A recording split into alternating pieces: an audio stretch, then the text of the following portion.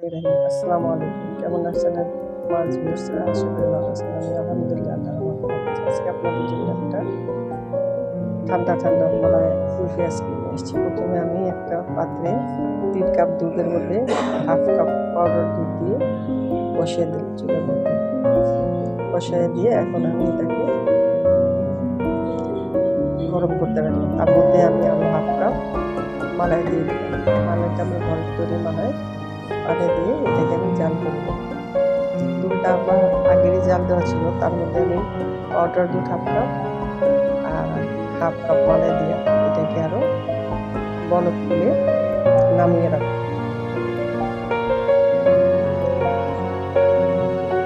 তারপরে আমি বলক তুলে নামিয়ে রেখে বাদামগুলোকে কাঠবাদাম আর কাজু বাদামকে আমি ব্লেন্ড করে নিলাম, হাফ হালকা করে নিলাম আর কি। নিয়ে একটা পাত্রের মধ্যে আমি ১ কাপ চিনি দিয়ে ওটাকে ক্যারামেল করে নেব। ক্যারামেল করে ক্যারামেল করে নেব।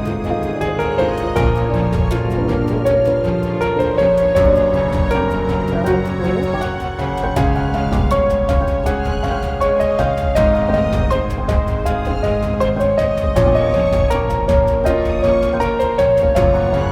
এই যে রং চলে আসছে। চিনিটা গলে গেলেই আমি এটার মধ্যে যে দুধ মালাই আর গুঁড়া দুধ মিলিয়ে যে গরম করে রাখছিলাম সেগুলি ঢেলে দেবো। প্রথমে দেখা যাবে মনে হবে আমি দুধগুলা ঢেলে দেবো। দুধগুলা ঢালার সঙ্গে সঙ্গে এটা একটা গোটা ধরে যাবে, আপনারা ভয় পাবেন না, এটা আস্তে আস্তে আবার গলে যাবে। সবগুলো দুধ আমি ঢেলে ক্যারামেলের সাথে মিশিয়ে নেব।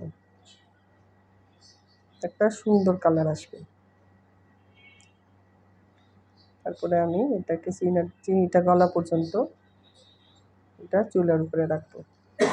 আর এখানে আমি আরও ৩ কাপ দুধের সাথে শুকিয়ে ২ চামচ কর্নফ্লাওয়ার দিয়ে আমি এটা একটা খিসা তৈরি করে রাখছিলাম।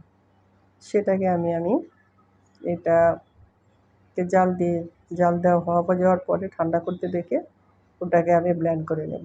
এই যে সেই খিসাটা, সেটাকে আমি একটা ব্লেন্ডারে নিয়ে স্মুথ করে নেব। এটার সাথে ৩ কাপ দুধ আর ২ টেবিল চামচ কর্নফ্লাওয়ার দিয়ে আমি জাল দিয়ে খিসা করে নিয়েছিলাম, সেটাকে আমি ব্লেন্ডারে ব্লেন্ড করে নিলাম। এখন এটার সাথে সেই বাদাম, কাজু বাদাম, বাদাম আর ওই ক্রিম যে আমি একটা ক্রিমের মতো করে রাখছিলাম সেটাও দিয়ে দিলাম। সেটার সাথে ১/২ কাপ চিনিও দেওয়া ছিল। এটার টেক্সচারটা এমন একদম শাহি কুলফি, একদম খুবই ক্রিমি, খুবই মালাই, খুবই টেস্টি। এটাকে এখন আমি আইসক্রিমের মল্টে ঢোকাবো। তারপরে কিছুটা আমি পাইপিং ব্যাগের ভিতরে রাখবো কুলফি আকারে হওয়ার জন্য।